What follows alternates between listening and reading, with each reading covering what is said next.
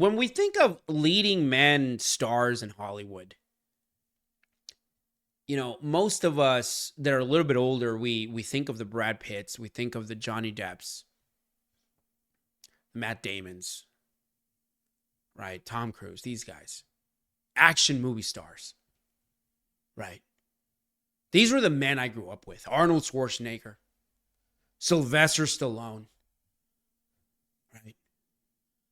And now these are the men in Hollywood right here, chat. These are the men in Hollywood. This is the guy right now in Hollywood. Right here. Pedro Pascal is the guy. Look at him. Look at him. Look at this picture right here. You were to show anybody, any red-blooded American this picture in, say, like the late 90s, early 2000s, and you were to ask them, what do you think of this person? They would ask you certain things, for sure. They would have some questions. They would say some things, chat. They would say some things that would probably get you canceled today. Right? But it's 2025 now. This is what the typical Hollywood male actor looks like. And I'm saying this for a reason, chat. I'm saying this because when I first read this article right here, that GQ puts Cynthia Erivo on its Man of the Year cover, which is this right here, my first instinct was to make a video where I'm like, how could they do this? How could GQ, put a lady as the Man of the Year, like on the cover of Man of the Year? Right? How could they do this? How can they put Wicked? Now, if you didn't know who Cynthia is the green chick from Wicked. That's who she is. Hollywood loves this chick. They can't get enough of her because she's not afraid to do what she's told. Right? She is willing to do demonic shit like this right here. Play Jesus Christ on a play in order to make these demons happy in Hollywood. That's why they love her. So they put her on the cover. And I'm not surprised by this whatsoever.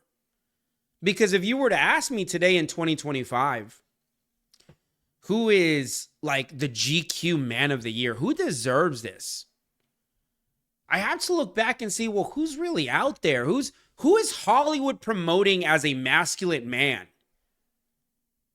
Right? As a role model to young men, as, yes, this is what you need to be.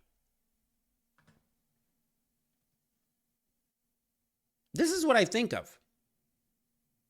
I think of Pedro Pascal. I mean, they are doing anything and everything to promote this guy. You cannot turn around without seeing this guy. He's everywhere. He's in billboards, commercials, movies. I saw this motherfucker picking up my trash this morning. He's everywhere. So would I much rather have a Cynthia Erivo, right, Wicked over here, on the GQ Man of the Year cover? Or would I rather have their guy, Pedro Pascal? Well, it's very simple, chat. Cynthia all the way.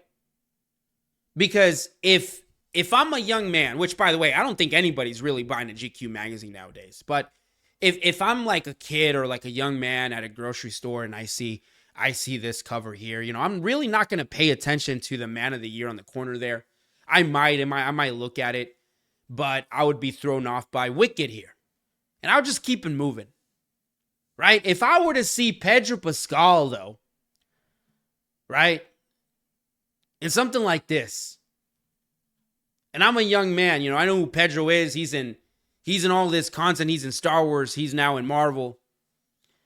And I'm like, really? They're calling him Man of the Year? I believe that's way more damaging than having Cynthia here. 100%. I believe that that's way more damaging. Because this right here, it's like, well, Cynthia's not a man. So it's like a funny thing. They've done something like this before, maybe. But it's one of those like shock value things, which I don't have a problem with. I would have more of a problem with having this guy as man of the year because he's not chat. He's barely a man. Right? I truly do mean that. And I'm not trying to be disrespectful towards Pedro here, but one of the biggest attributes that men should aspire to uphold is being able to say no. And in fact, when you're a father, that's probably one of the most important things you can do is say no. Right? Your kid wants you to do something. It's not safe, or maybe it's too expensive, or maybe it's just not right for the family. You got to say no. They want to do something that's not good, goes against your values. You got to say no. Pedro Pascal here, I don't think he knows how to say no. I think he just does what he's told. I think you kind of have to have this mindset to make it big in Hollywood. You kind of have to just be like a yes man. You know, you can't go against the grain. You can't speak out for what you truly believe in. You can't do that. And I know that because I've seen what happens to those that speak out or voice their opinions and they don't align with what Hollywood wants them to be. They get shunned. They get excommunicated. They don't get the jobs. But when they're yes men, when they're with the agenda, when they're willing to be a tool to push out their worldview and their woke garbage, this is what you get. You get a Hollywood star.